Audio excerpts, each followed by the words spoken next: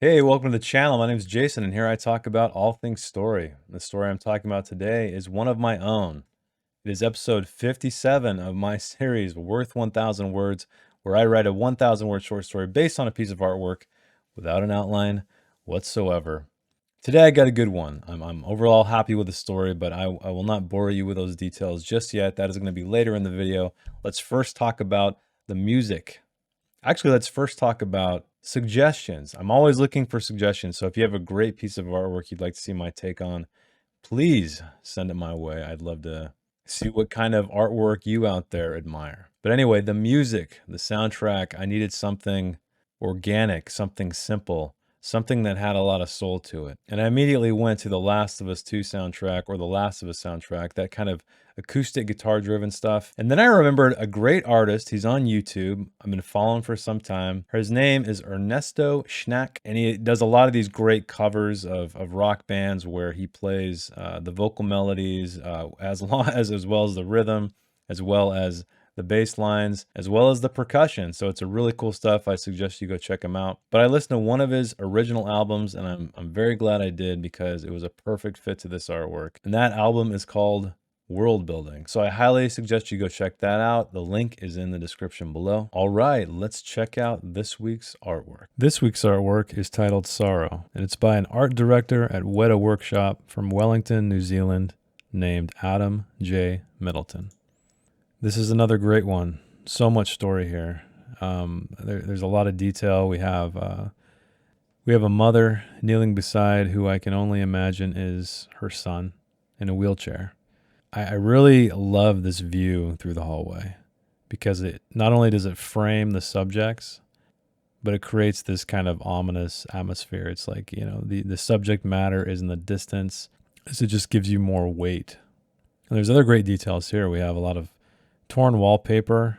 It's a very dilapidated house. I mean, everything's falling apart. It's in pretty rough shape. And one of the greatest details, I think, is the calendar on the wall. December 15th is circled for some reason. And the mother is consoling the son, it looks like. And, behind him is this just blazing window with sunlight coming in, almost putting both of them in silhouette, which I think really just adds to the mood. And there's this interesting crucifix on the back wall. So clearly, Mr. Adam J. Middleton, he understands storytelling and art. And this one really blew me away from the second I saw it. I had to do it. It has kind of a Last of Us vibe.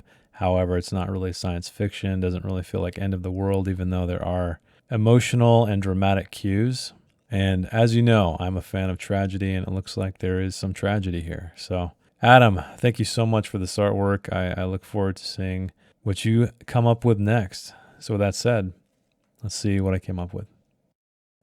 The walls seemed to close in. David stretched his hands out to his sides to push the wheelchair down the hallway, himself in it. The hand rims were cold, the footrest too, but it was the only place he could put his feet. Another push and his fingernails pulled free a strip of the dead wallpaper that lay brittle and torn, a mysterious force of nature keeping the rest affixed to the wood boards beneath. No plaster to hide critters. A family of spiders fled to the gaps between the boards. David hugged his arms to his chest and tucked his hands into his armpits, where no spider dared go. Jimmy had joked as much. David being the first to produce that sour musk Dad carried around with him everywhere. When he felt safe, David brought his hands back out, but didn't sniff his fingers. He thought he might cry if he did, and not from the smell. He grinned, knowing Jimmy would have said the smell was the culprit, then gone on and called him Onion Boy or Pits of Eternal Funk, and not the music kind he would have specified. Still some ways to go until David hit the fork in the hallway. He braved his hands to the walls again, giving himself a good shove. The wheels locked to the grooves in the floor. He was on rails. He threw his arms up as the fine hair of his bangs lifted, imagining himself on a roller coaster, the kind he and Jimmy used to ride at the fair. The Minecart Massacre, it was called. And when the carny asked why he should let a kid who couldn't walk on a roller coaster, Jimmy had simply replied, "Who better to ride in a minecart than a kid used to wheels?" The carney had shown all his teeth at that, the ones he had left anyway, and gave them a twofer for being so clever. Well, Jimmy that was, always the clever one. The chair wasn't a minecart, and there was no masker when David reached the fork. A calendar stripped of all months except the final one was pinned too high for him to tear off. He couldn't look away from that fat marker circle right around the 15. A Thursday. Jimmy loved Thursday because it was named after Thor, his favorite god. Mom would slap his hand when he'd say that. She was too afraid to do anything else. Dad would just shout, "Blasphemer!" in the best impression of Pastor Wayland until they all fell into laughter, even Mom. David hung a right, done with a date that would come to pass without Jimmy, so what it signified didn't mean anything to him anymore. David faced all of heaven's glory and brought his arms up to shield his face. The wheelchair caught where the doorframe met the wall. It took some time for his eyes to adjust to the window that should have been closed. Jimmy liked it dark and cool, and God knew the sun beat down something fierce out here most of the year. Today fell into that most of the year part. Sweat sprung up all over David, sticking his shirt and pants to him in such a way that made his skin crawl. He'd picked a part off just to have it fall back in an even ickier way. It was as if he were the walls of this crumbling house and spiders were crawling out from between his ribs to torment him endlessly. The bedroom walls were just as bad, cracked, peeling, and everything in between. The only decoration was the crucifix Jimmy had decapitated to look more like Thor's hammer. Too high to reach, Jimmy had said it was for his own good, because he was the only one strong enough to wield it. And what would Mom think if she knew her son had that kind of power? "Blasphemer!" David shouted, not to the makeshift Thor's hammer, but to the window, where heaven wanted nothing more than to blind him. But he didn't blink. No, he didn't blink. He let the heat dry his tears. They didn't even make it far enough to salt his cheeks. David punched the mussed bed. Angry dust shot up in clouds that made him hack and spit, wheeze after all that was done. "Blasphemer!" David called to the window again, this time tears too plentiful to be dried. Or maybe it feared him, that pure light that had done nothing but bleach and rot this house for years. Nothing at all like what Mom said God in heaven did. David didn't believe in it anyway. He and Jimmy could have gone lizard hunting on the flats or played chicken with Monroe in his wheelbarrow. But no, Sundays were sacred. And what had they done other than make them wake up earlier and suffer through a storybook for grown-ups? David raised his hand, which had become a fist, trained it at the window, and, "Davy!" His arm was held by a force stronger than any god, even Thor. Mom. She had no words for him, just the look of a mother, which was better anyway. She gave his hand and arm back, and he turned away from the light. He didn't flinch when she touched his arm. She knelt beside him, and for a long time he didn't look, couldn't. Knew he had to muster up a tight-lipped grimace. But Mom's face broke down all his walls, and he was a child again, unable to fight her off, unable to run away. "Come on," she said. "Let's go get you cleaned up." David had heard those words so many times before, mostly when he and Jimmy had come home from a day of adventure, but he had never heard it in the singular. Never. David stood up, took Mom's hand, and let her guide him out of the room and down the hall to a kitchen with a warm wash rag.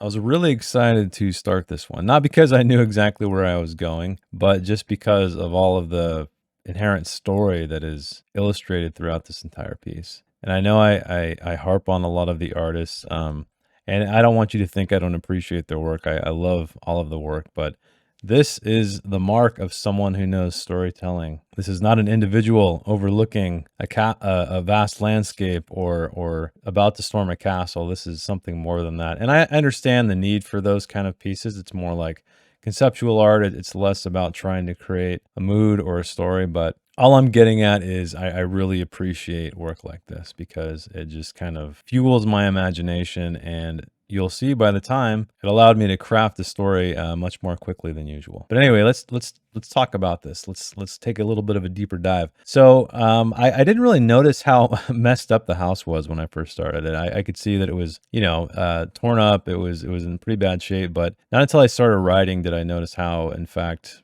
destroyed this house was. And I love the fact that there's I think if you were to take these two people out and possibly that bed, it would look like an abandoned house. I mean, that's the kind of state it's in. And so really that put me in sort of the headspace of this boy. I think one of the most exciting things I figured out immediately was that I wanted the boy in the chair to not be crippled. I think that would have been too easy to go to. I'm not sure what the intention was of the artist, but we can see that, clearly something's bothering him. His mother is, who I'm assuming is his mother, is trying to console him. But I thought it would be more interesting if that he wasn't the boy. The chair did not belong to the boy who is in the chair, as you see. So what I did, as you know, hopefully it was clear enough. I'm not sure if it was, but I wanted to have that moment at the very end when he stands up, he gets out of the chair, and his mom leads him to the kitchen to, clean him up. Hopefully that had some impact. Now, if it didn't, let me know, because I think that could have been given a little bit more weight. I know I didn't spend much time on it. It was literally a sentence. There was no hesitation or anything like that. And I wanted to keep it like that. I didn't want it to put too much emphasis on it. I want it to happen, and then hopefully that was enough for the reader to just kind of have that aha moment. But I thought that was an interesting story, and I put him at the end of this hallway, kind of slowly inching toward his brother's room. That's where he is right now. And I wanted him to think about all of the things, like why he missed his brother, and give a little bit of a backstory between these two characters. And the calendar I mentioned was my first opportunity. I started out with a house, and he's kind of pulling himself down. I had him hesitate on the rims of the wheels because, and I hopefully that was some kind of foreshadowing or clue to you that his footrests were cold. The footrests were cold, but that's the only place he had to put his feet. And then also the rims on the wheels on the sides, he didn't want to touch it because it was cold. So I think that was hopefully a little bit of subtext that made sense. And so he was kind of dragging himself down the hallway with his arms wide, propelling himself forward. That was the tricky thing, is it was difficult for me to hold back and not give the information that the boy, David, this was not his wheelchair. So hopefully I successfully did that, which, makes obviously the end a little bit more impactful. But we can take a little bit of a deeper look at the writing now. So I was talking about the minecart massacre. These are the moments I love. All this stuff that just kind of comes to you while you're writing. And then I almost paused there when Jimmy had replied to the carny, who better to ride in a minecart than a kid used to wheels. That was another moment where I was thinking, is the reader going to understand who the kid is who's in the wheelchair? I wasn't quite sure. I wanted to make sure that David really looked up to his brother. He thought he was clever. He thought he was smart. And it was funny looking now at that crucifix on the wall. It was so convenient that it had kind of that truncated top part of the cross, and the Thor's hammer thing. I'm not sure if it was a subconscious thing that just kind of, again, came to me. And then lucky for me, that cross looked how it did. So that was another thing that was fun, because this is where it came up, is when I was talking about the fat marker circle right around the 15. It was a Thursday. So Thursday being Thor's day, that is where that began. So it kind of began before I even noticed what that crucifix looked like. But I was happy with that fact that it all kind of worked out, and it felt like a cohesive part of the story. And right now I'm about at the midpoint of the tale, and David is hanging a right. He's about ready to turn this fork in the road. And I think that was a little bit of subtext as well.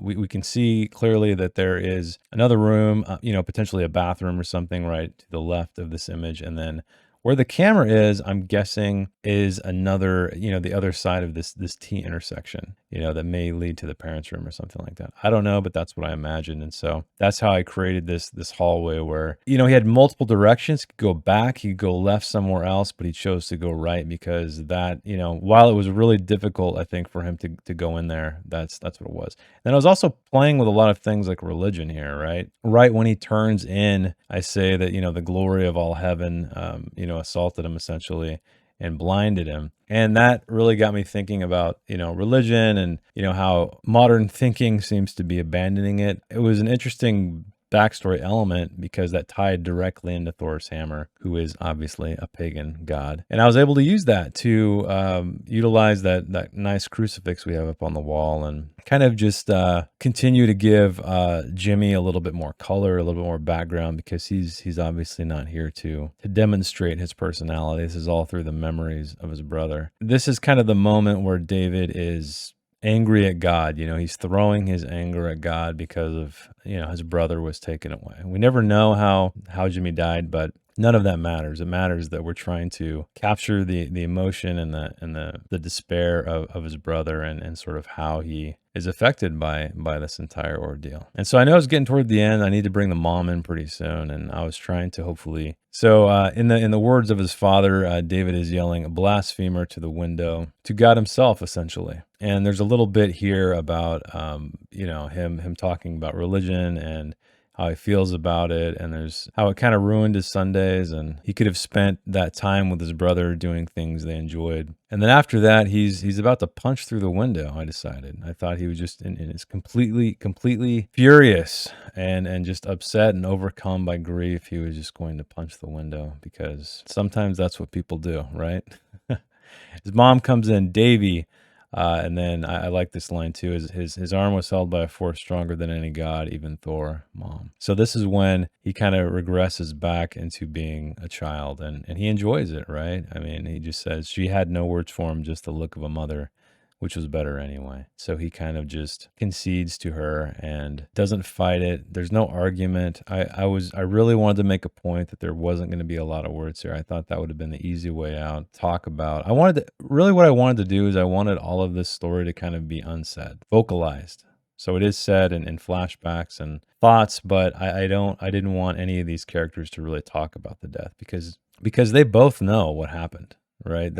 I've talked about this in the past where you want to be careful about having a conversation between two characters about a topic that they both know about, because that in such a way where they're describing what it is, right? It's more of an exposition exercise. That is exactly what I did not want to do. And so I had only one line from the mother, come on, let's go get you cleaned up, which is a very mom thing to say.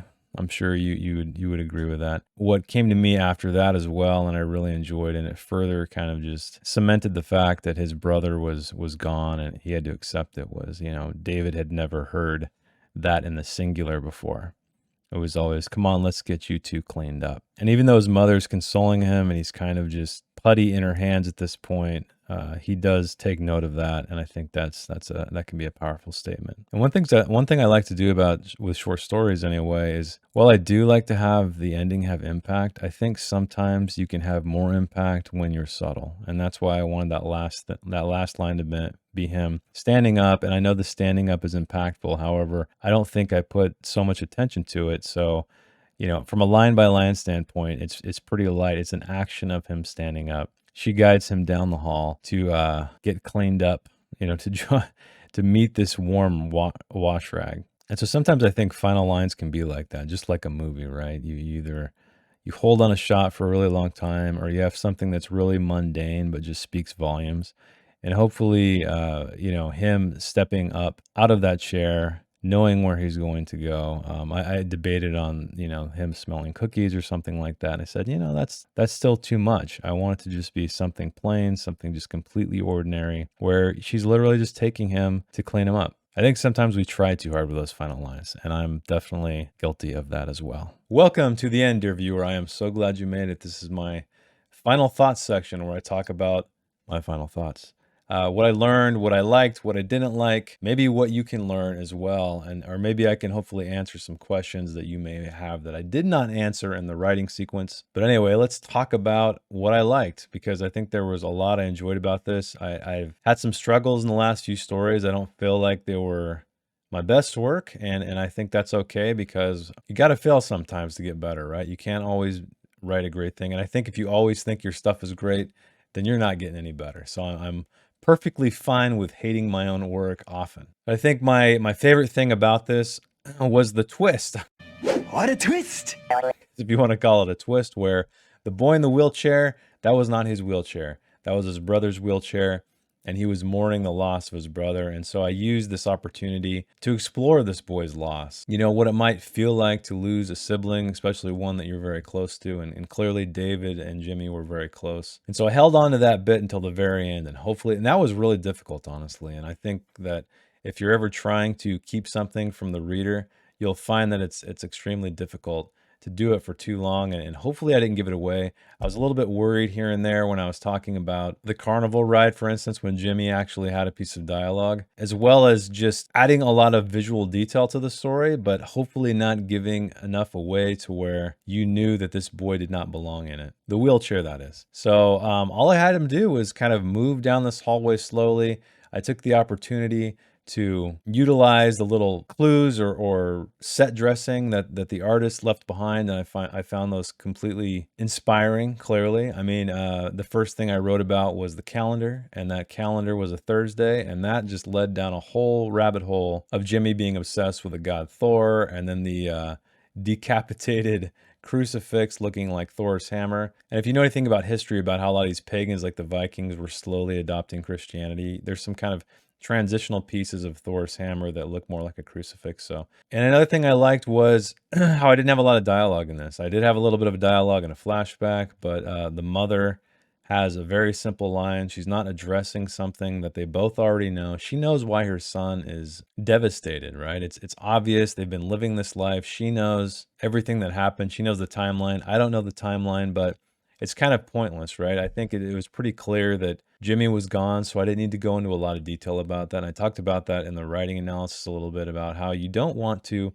have two characters talk too much about something they both already know, as if they don't do it, because then it just sounds expository. And it can be a difficult thing to balance because, you know, in real life, people do talk about something that they both already know. So sometimes you need it, sometimes you don't. You just, it's a very challenging line to balance. So if you find too much exposition in your dialogue, I highly suggest you take a second look. Or maybe if you don't even realize it, yeah, take a second look at your writing and see if you are violating those craft rules. Anything I didn't like? Well, I would say maybe the clarity of the twist, if you want to call it a twist. I'm not sure how clear it was. It's really difficult for me to know until somebody else reads it and gives me feedback, because I know everything. I know my intentions. I know how the story ended. I know what I was trying to do. However, I do not know if it was clear enough. So let me say I'm just indifferent about that part because it is unknown currently. But this is one of those stories that I just felt was kind of flowing out of me. I figured out how I wanted to end it pretty quickly. The character work was just kind of happening, and I really attribute a lot of that to the artist because, as I said multiple times in this video, amazing storytelling in this image. It makes my job that much easier. But I think that's it. I'll keep it short. Not too many other things to analyze. I think the ones that I really fail at least in my opinion, mostly are the ones that have a lot of things to talk about. But if you would like to support the channel, if you'd like this video, give me a like, subscribe for story-related content. You can check out my books in the description below. And keep reading, keep writing, and I will see you next week. Thanks. Bye. If you'd like to read the story in its non-video format, check the link in the description. I didn't edit anything else, promise. Thanks again.